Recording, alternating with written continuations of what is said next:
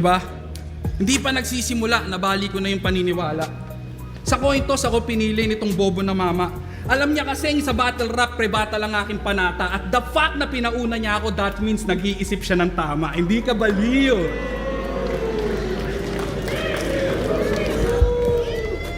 Tangina mo, Nicole, good morning!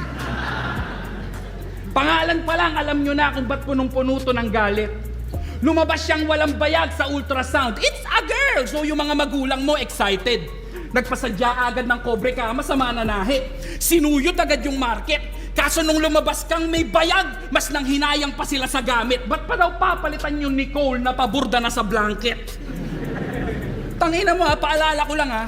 Bago ka naging akata, may 22 battles kang naging bano at naging ulam ng mga troll. Nagtago sa pangalang Nico, full name Nico Nachor.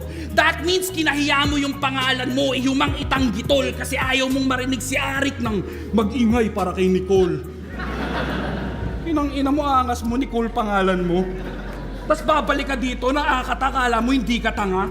Kinangina niyan, sabi niya kay Rapian, anong silbi ng pagcha-champion mo sa FRBL? Bumaba ba yung presyo ng bigas?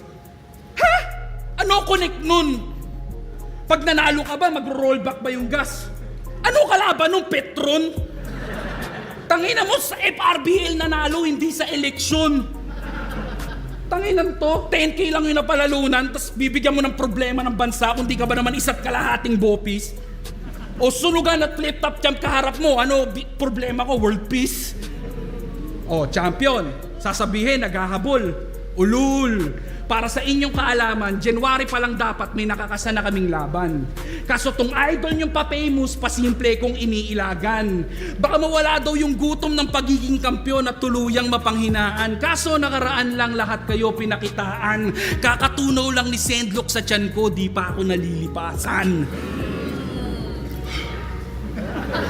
Baliw! Kinanginan to, kukumpara nyo estilo ko dito. Ano ba ginagawa nito? Gagamitin niya yung common struggles ng isang artist at itutulak papuntang depression. Then there comes the time na gagawin niya na yung therapy session. Then he will relate that sa common issues ng society, so basically he's using you as a weapon. Pinoprogram kayong maging victim to make you feel that you need that lesson. Shut the fuck up! Pag walang weakness yung kalaban, idadama yung anak, asawa, magulang, lahat ng pwedeng lumabas sa kanyang dila.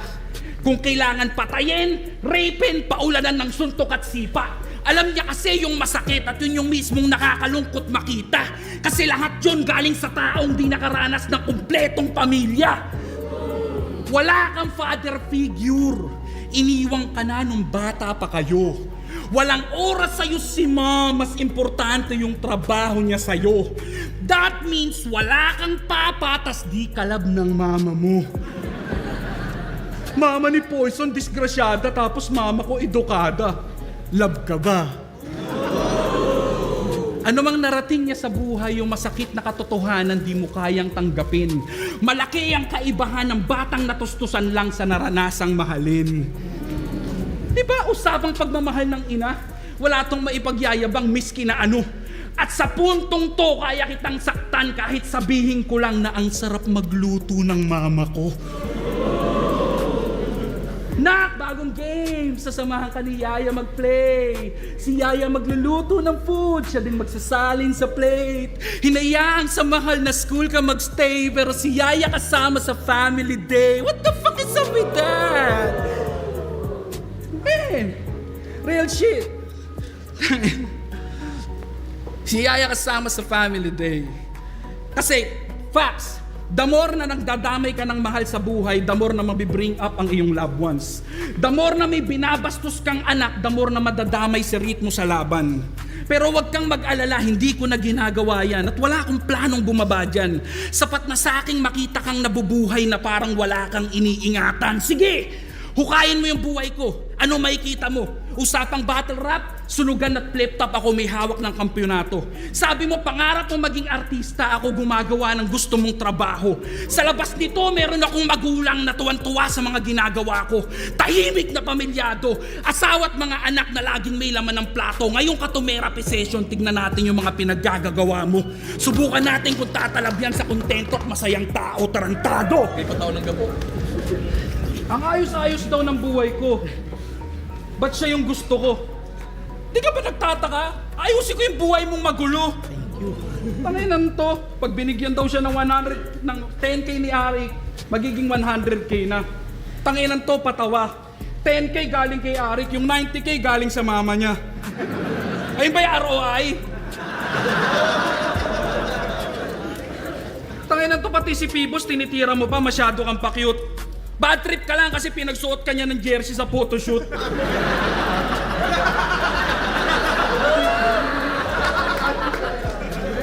Diba? Tinanggap mo pa rin yung battle kasi kailangan mo ng pang bills. Kahit dun sa poster, mukha kang endorser ng Hot Wheels. Tangina mo. Biggest flex niya bilang gangsta, nanapak daw siya ng tulog na gwardya. Puta, lupit nun, parts. Nanapak ka na lang ng guard yung hindi pa on guard, tangina. Kasi the fact na kinuwento niya yun sa flip top, sa vlog, kay Dog Brock, that means proud ka. And it also means na lahat kayo panis. Sinapak ko yung gwardiya ng subdivision namin, ganun ako kabangis. Ulul, hindi yan gangsta shit, tawag dyan gangsta shish. Tanginan to, kala mo, sampalin ko kaya mukha mo, tol. Oh. Tanginan to, subdivision gangster. Kala mo talaga nagpapaulan ng bala? May pahud-hud pa, tas yung hood nyo may gwardya.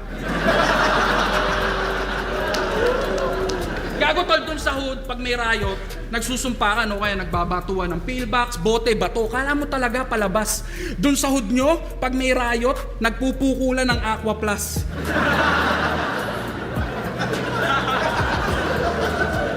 Tanginan to, kung makapagkwento, kala mo talaga pandiinan.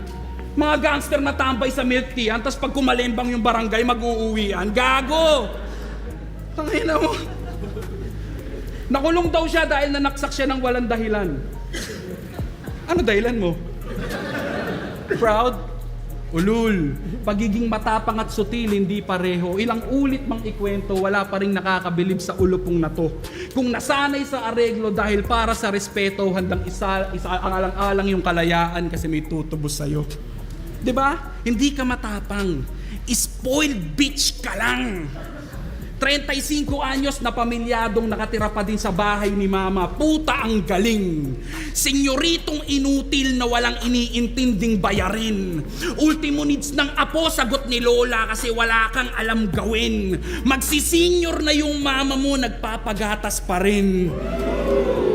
Tas sasabihin mo, hindi ka nagutom? Yun mismo yung katwirang alanganin. Kung nabuhay ka lang ng nakalahad, huwag ka nang umasa na pala rin. Ultimo sarili mong pamilya, di ikaw nagtataguyod at yun yung mismong kaibahan natin. Oo, di ka nagutom, pero di din ikaw yung nagpapakain. Ano? Magsakitan tayo! Tangina, puro yabang si Gago, laman ng kanyang plato, niyayabang ng pasigaw. Niwala kang ang ideya kung saan galing yung pagkain lumitaw. Nakakadiri daw maging tao, laging sambit niya't bitaw, pero sa pananaw ng may prinsipyong tao, nakakadiri maging ikaw. Tangina, malaking bahay, marangyang buhay, pero sa likod ng pintong pinakikita mo sa amin, yan yung tunay na nangyayari. Mga kapatid mo, may kanya-kanya ng buhay. Kwarto mo lang, hindi nababakante. Mga mahal mo sa buhay, tingin sa'yo, perwisyo at irresponsable. May tinutulugan kang malambot na higaan, pero wala kang karapatang maging komportable. Na? Ang ina mo, kaya kitang saktan mentally, emotionally, o kahit umabot pa tayo sa pisikalan. Oh, putang ina yung attitude ko, baka ma-question.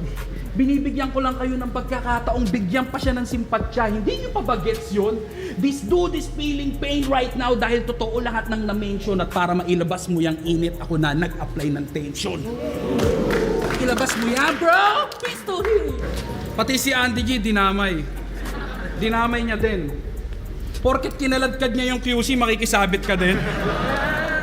Di ba, pansin nyo ba kung sino-sino nirereklamo? Ang lupit ng banat mo, par. Pati yung pagpaparapol ni Tipsy din ng kotse, dinamay para makapagpaandar. Tanginan to. Round 1 at round 2, napakinggan nyo. Lahat ng masasakit kong sinabi, buong-buo niyang sinalo.